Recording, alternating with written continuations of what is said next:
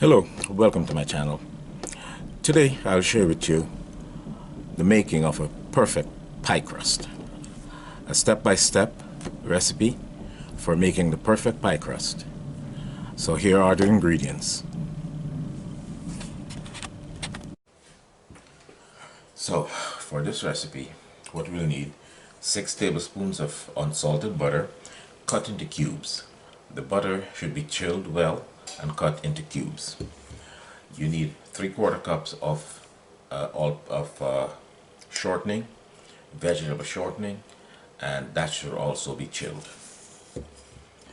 1 teaspoon of salt, 2.5 cups of all-purpose flour, and you may need half a cup of water, of chilled water, really iced water.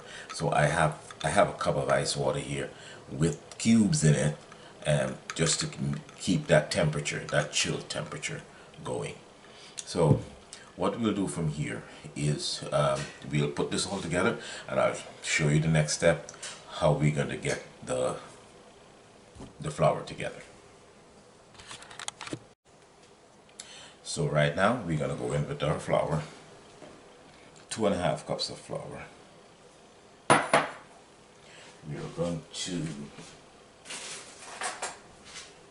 going to go in with our shortening. Just put our shortening in there. Your vegetable shortening. And then we'll go in with the chilled butter, the chilled shortening and the chilled butter. Butter cut in cubes. So for this, and then we just come back for our teaspoon of salt. Right? Now, you need a pastry cutter. If you don't have a pastry cutter, don't be afraid. If you don't have a pastry cutter, you can do it with your fingers.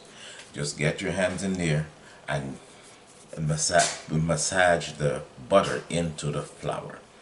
But the pastry cutter does it, easier and quicker.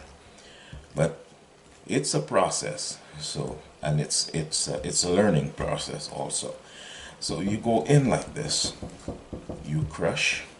You keep crushing the butter and the shortening into the flour, crushing it into the flour, and you're mixing it.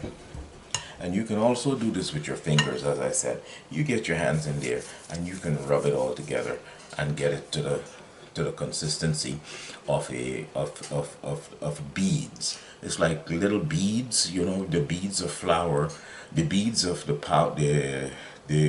butter and the shortening just get into the flour, and that's what you're looking for. It looks like large breadcrumbs when you're done. So I'll do this and then I'll show you the finish. Yeah, okay guys. The pastry cutter did a very good job, but I still got my hands in there. Your hands need to be impeccably clean for this. And I still got my hands in there just to rub it around a little and get the flour incorporated with the butter and the shortening. So this is the consistency you're looking for. It should be like beads, little small beads, large breadcrumbs, whatever you want to call it, but it must be all incorporated in there. Okay, and so now the next step, we're gonna start adding the water and bringing this all together. So it's a half a cup of chilled water, and you use a 1/4 cup at a time. Do not pour it all in there because you can't take it out. So you just start with a little bit, and you bring that around. Just move it in and try and get it. It will start coming together immediately. It will start coming together immediately. That's what I usually do. I would make like a round ball with that, leave that aside, then I go back for some more water, another 1/4 cup of cold water,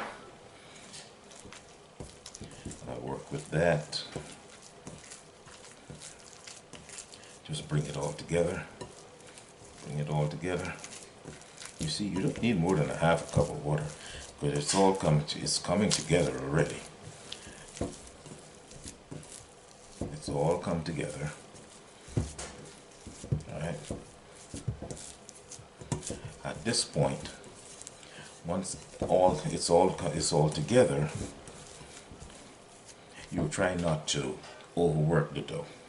So what you do, if it's a little too sticky, you get a little bit of dry flour and you can put it in there. But you try not to overwork the dough. I turn it from one side to the next and just press it down. I don't knead it. You can't knead it. If you knead it, it's going to get very stiff. So you just turn it from one side to the next, press it down. You pick it up again, turn it around, press it down. No kneading action is needed here. Turn it up, press it down, get it up from the sides, press it down again. Just fold it over onto itself and press it down. Fold it over and press it down. Turn it up, press it down. And as you can see here, it's becoming a very smooth dough. Very smooth dough. And you only need to do that for about 8 or 10 times, or maybe just like a minute or two. You press it down, you pick it up, make sure everything is incorporated, press it down again, and press it down again until you get that lovely smooth dough feeling, and that's good. That's enough. That's enough. It's nice and smooth, and it's not overworked. You don't overwork it. So what you'll do with this, you'll cut it into two. You cut it into two. So you have two dough balls here, right? Flatten them a little bit. Round them off and flatten them a little bit.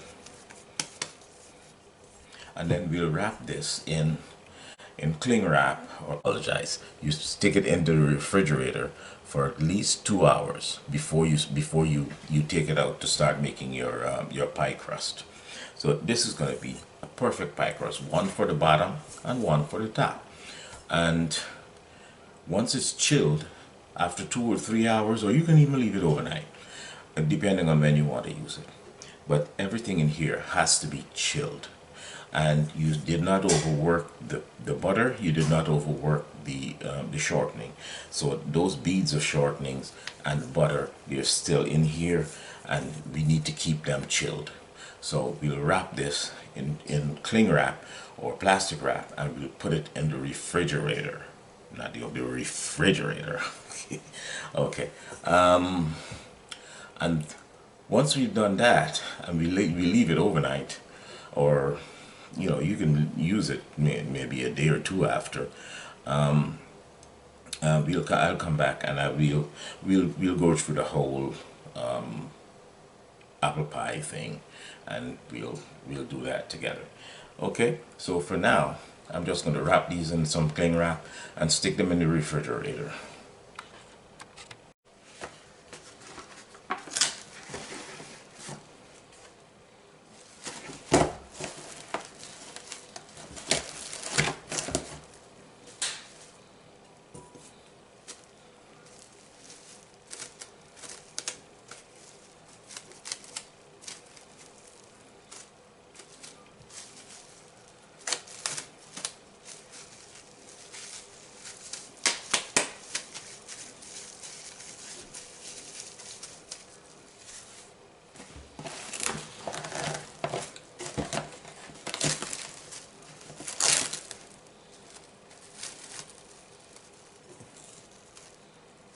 Don't you just hate cling wrap?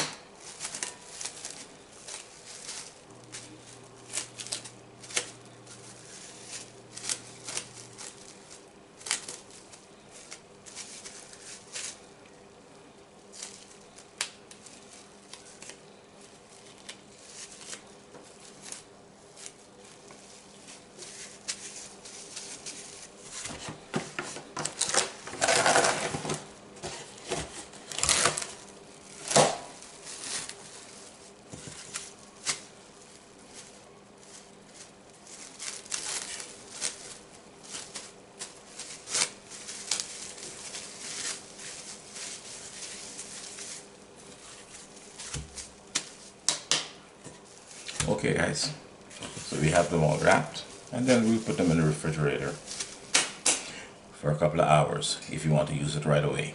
If not, you can leave it overnight and use it the next day. Okay, it will last for a few days. It will be in your refrigerator.